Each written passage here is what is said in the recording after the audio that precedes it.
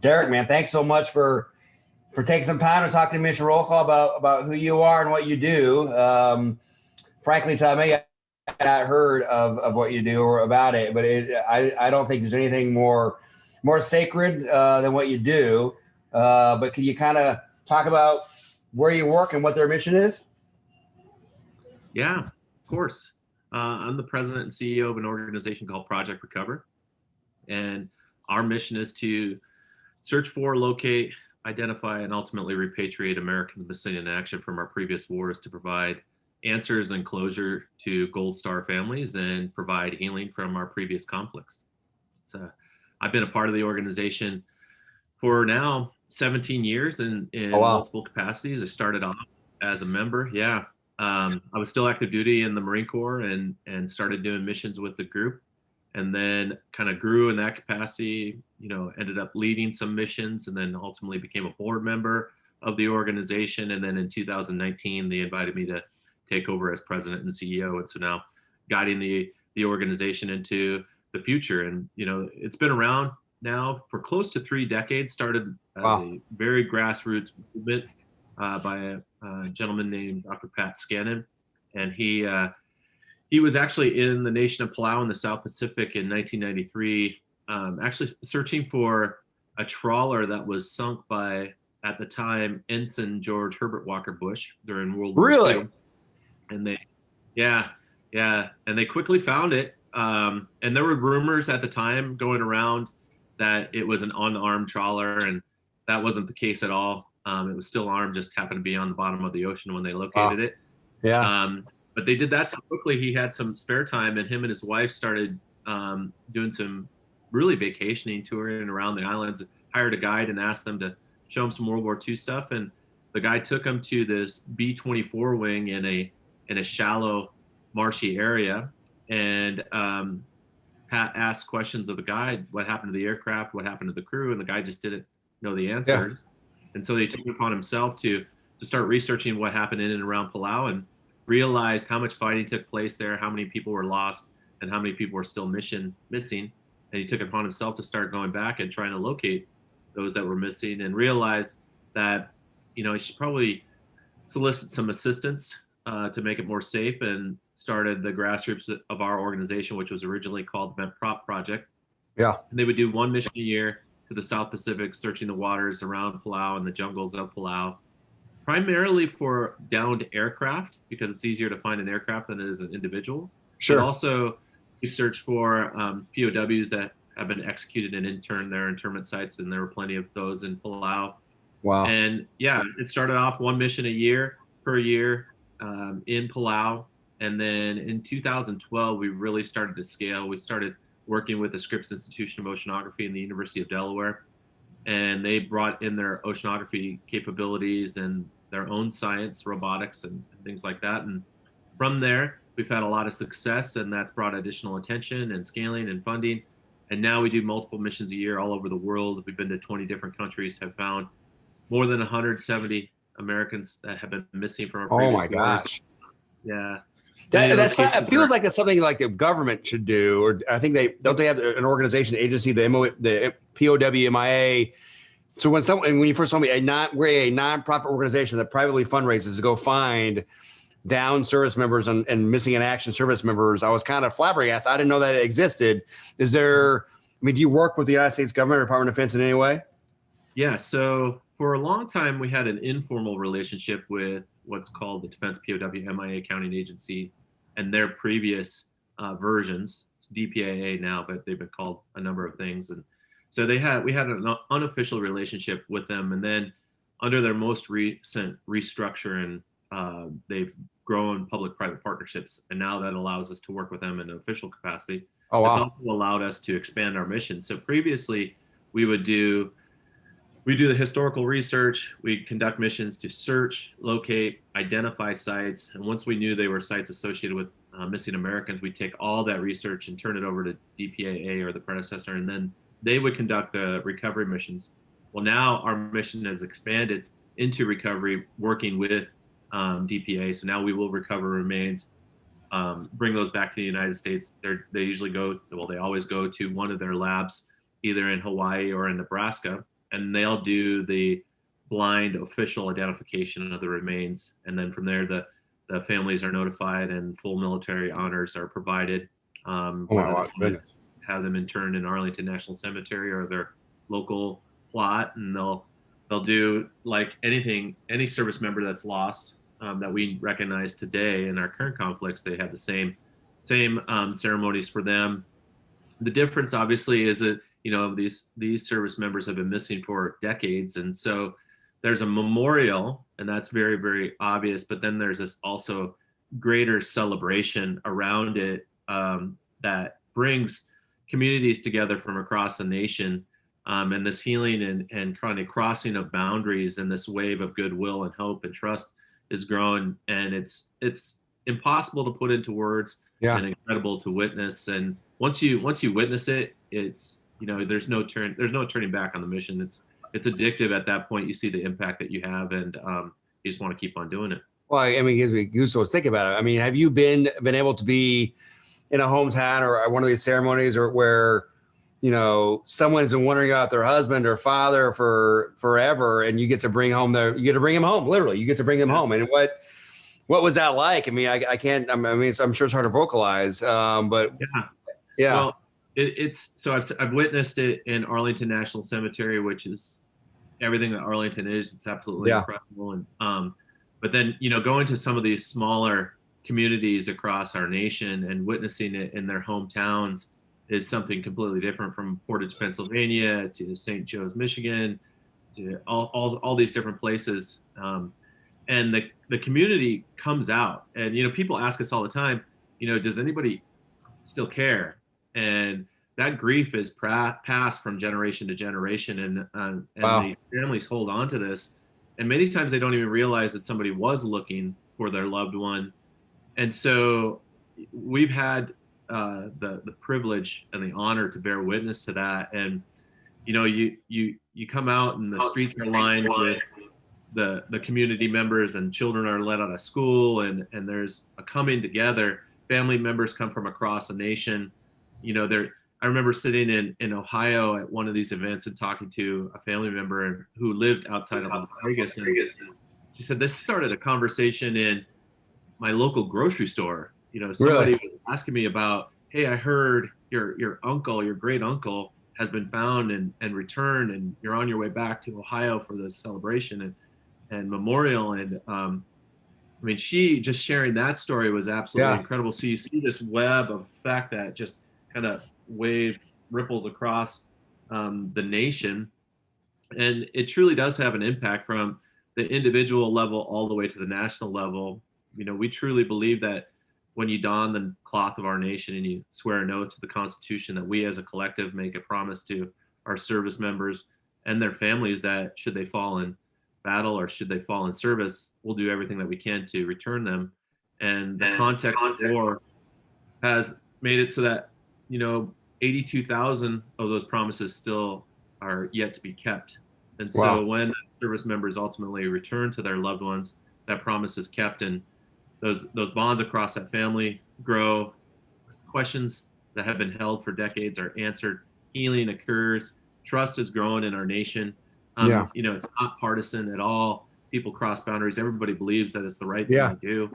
So especially during these trying times and divisive times, it's incredible to witness where just people come together and through a kind of this theme of hope and commitment and trust and all these things. And I've had the privilege to witness it many times, and it just motivates me more and more to continue to do the work. And as a previous service member, I did a career in the Marine Corps, and you see a lot of service members that when they take the uniform off, there's this perceived loss of purpose, and that just never occurred for me, because I've been engaged in this work even when I was active duty. And most of our members have some sort of military connection, whether they're active duty, they're veterans, first responders, things like that, and they're very, very much committed to the mission and come together because they believe it's the right thing to do. Although we're not all service members or former service members, it's anybody and everybody from the community that can contribute and make us even better at doing our work. Well, I love that connection. And I want to ask you about your military service, but we all say all the time, we believe it, but leave no man behind, right? Leave no man or woman behind. And I don't know of no other nation that goes to this extreme length to bring everyone home, even decades later. And just, it makes you feel good. If something, God forbid, that happens to me or one of my people, like we're going to bring him home. Can you tell us about your service in the Marine Corps? What did you do, and how did you get to the Marine Corps? Yeah, I'd like to rewind just based on one thing that you said, if you Sure. don't mind, because we have this, especially us. We served in the military, and we have ceremonies, and you see the POWMIA flag, and you'll have an events where they'll have the POWMIA table that's empty, and they'll acknowledge it during those ceremonies. And I remember several times being a young service member, and whether it was Marine Corps Ball or another event, and we were acknowledging the POWs and the MIAs that were still missing. And in my mind, I would think and say a silent prayer or acknowledge it at minimum, and never thought, that I could have an impact on that. And I remember those moments. Today, like the chair tip forward and the salt of the tears and it's part of every formal ceremony we have in the military. We have the MIA POW table. And frankly, I shed a tear and it was quiet, but I never crossed my mind or thought in a million years there could be something I could do about it, right? Yeah. Well, that's what really has motivated me. Now, I never thought I'd be able to have an impact in this space, and now I am. It's something that I do every single day, and I get to have an impact in this way. And it just makes me think about, what we can do as individuals to have a positive impact on the community around us, on the things that we care about and the people that we care about. And sometimes it just seems like such a massive mountain to climb, when the truth is we just need to, just commit. How do you eat an elephant? One bite at a time, right?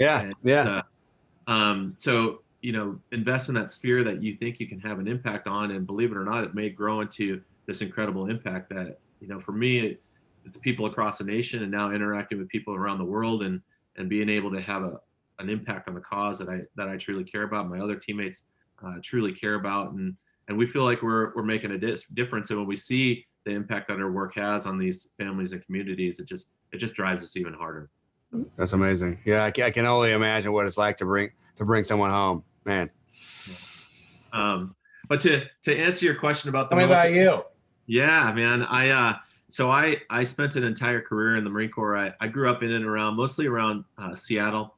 Was raised by a single mom, and she didn't graduate high school and kind of struggled to do everything she could to raise a rambunctious little boy. And unfortunately, when I was 13 years old, she unexpectedly passed away from a brain aneurysm. So one day and gone the next. And so I was left without a rudder or sail. And I spent some time with my aunt and uncle. And as I was approaching 18 years old, I enlisted in the Marine Corps. And I often say now I'm a little bit more honest about my why I joined the Marine Corps. I was hustled by a good recruiter, and there's some truth in that. But the truth is, I just ran away to the Marine Corps. I needed some stability, a system that I could succeed in, and the Marine Corps was definitely that. And so I excelled in my service. I was originally a communicator, so an enlisted communicator.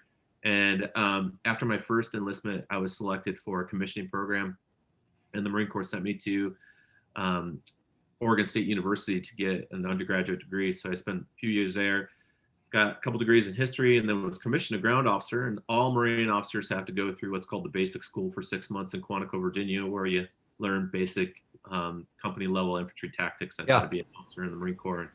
And then while I was there, I was selected for an aviation contract. Never thought I would end up in aviation, but that's where I ended up. And oh, wow. Yeah, ended up in the F-18 community as an F-18 Wizzo on the West Coast of the United States. And right when I was finished, actually when I was in flight school, I was airborne on a flight down in Key West when 9/11 happened. Oh, and you were in the air? I was in the air, yeah. Holy cow. Yeah, it was pretty crazy. We were doing a training flight, and we were down on the border of Cuba, and I was playing with the radar, and the next thing, control comes over the radio and says that we have to return to base immediately. And I thought I did something wrong with locking up the planes on the other side of the border. And by the time we got back and taxied into the line, both towers had been hit, the Pentagon had been hit, wow. and quickly realized that our lives had changed forever. And so I was fast tracked through flight school, and me and two other guys joined our first unit, and immediately deployed to the Middle East. Started doing Operation Southern Watch missions over southern Iraq, and then I was over Iraq, over Basra, when OIF kicked off. Oh wow! Yeah, that was in the air during the most historic moments in our history. Yeah, yeah, I never thought that would happen. Yeah. It was actually kind of a funny story because me and a guy were doing just reconnaissance missions over Basra, and every once in a while they would shoot at you, but it wasn't really a whole lot. And then that day we're flying, and I seen these odd clouds, and quickly realized that they were shooting AAA at us. And oh wow, they're shooting a whole lot. And so we evade and do whatever, and we finish our mission and come back to base, and we land, and then they tell us, yeah, the war kicked off. And we're like, we have radios, and that seems like important information for us to have. Wow.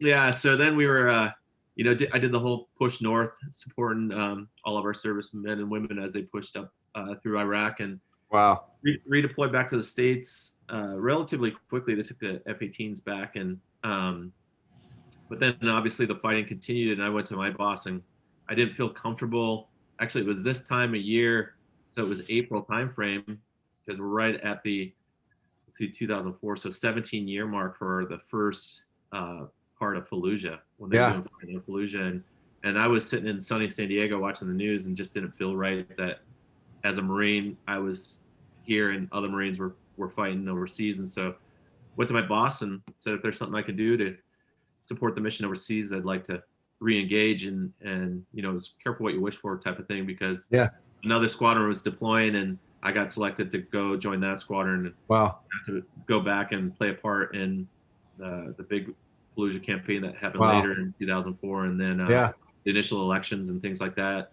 Did another F-18 deployment to Iraq, and then while I was there, I knew I was getting ready to execute orders, and at the time there was the Marine Corps was creating the Marine Special Operations Command, their Special Operations arm, and I received orders to be a plank holder and original member with MARSOC on the West Coast Battalion, what was 1st Marine Special Operations Battalion, now 1st Raider Battalion, and got to run around with the Smurf Ninjas, as I like to call them, for a few years. Did another deployment to Afghanistan, chasing Taliban leadership and others. What year was that? That was 2009. All right, I got their intent. We almost overlapped. Yeah. No, I came back, and after that deployment, actually got sent back to school to get a master's, and I finished my career running a schoolhouse, which wasn't jets and it wasn't special operations, so it wasn't that sexy, but it was nice few years at the end to relax before I moved on to the next phase, and I retired in 2014. Retired as a colonel, is that right? Lieutenant colonel? No, I was a major. Yeah, I was a senior major up for promotion. So that was the big thing. What I was dealing with was, if I stay in, it was basically a 5-year commitment to get on lieutenant colonel and stick around, or my other goal was to get out in 5 years, have my doctorate, and be doing what I wanted to do. And so I went with the latter and got out and started a doc program, and within 5 years I hit my goal. I remember being. Now you're a doctor, Abbey. Yeah. Yeah, not a real doctor. Like, you don't want me to do surgery, although I will do surgery if you want it. But yeah, doctor of leadership, and I did my research in San Diego. My research area focuses on military accessing higher education, as well as adult development theory related to military transition and things like that. So holy career, going from enlisting as a communicator to run a schoolhouse, special operations, fast mover pilot, friggin' now you're a doctor. I always joke that if you saw me in a bar and you didn't know me and I was telling stories, you'd be like, yeah, this guy's had a little bit too much to drink. Tell me another one. Yeah, sure, great. Dude, we'll listen there, but I did a lot of stuff with some MARSOC guys. I don't know if you know Corey Boudreau or Clayton Sands. I did some joint ops with those guys. No. Bujar and I tore up some hillsides in Afghanistan together. Nice. Good. Good. That'll be story time for a bar at a different place. Okay. But I mean, so hearing all that, I mean, it's quite clear connection to bringing people home. Like you steeped in service, frankly, from all ranks and like all levels. But like, what do you need to be successful for now in your current role as a CEO? Or dude, how do I help? How does anyone help you? Right? Like, can I go? Can I help? Obviously, it's not free, and you have to fundraise. But what are you looking for as far as resources, manpower? You know, I would love to someday, somewhere, be on I don't know if it's a dive boat, but looking for some folks to bring them home. Yeah. Well, there's multiple ways of supporting the mission. Obviously, the biggest thing that we need is resources. So we're always looking for people that believe in our mission and want to support it. Whether it's the individual that wants to give $25 from their couch and their computer, or to people that are big time philanthropists that can support this work. We're really interested in that. Of course, corporate partners that have similar values and believe in this and having a positive impact on our community in the way that we are doing. We want to work with them. And then we also want to work with people like yourself, people that are interested in supporting the mission. And we're primarily a volunteer-based organization. So people contact us through our website. They bring their skill sets and we assess those to see, can you contribute? Can you expand our mission, enhance our mission in any way? But sometimes the biggest capability is, besides the basic skill set of understanding how to do scuba or things like that, or, surviving in the jungle, are you available? Yeah. That's really important. People volunteering their time is very, very important in a variety of capacities. And then we also want to hear from Gold Star families, and many times they reach out to us and they have information that we can use that's very, very valuable to ultimately finding their loved ones. And that has happened before, where people have reached out to us and they've had information that they've gathered on their own that has resulted in us locating their loved one. And so we want to know all that.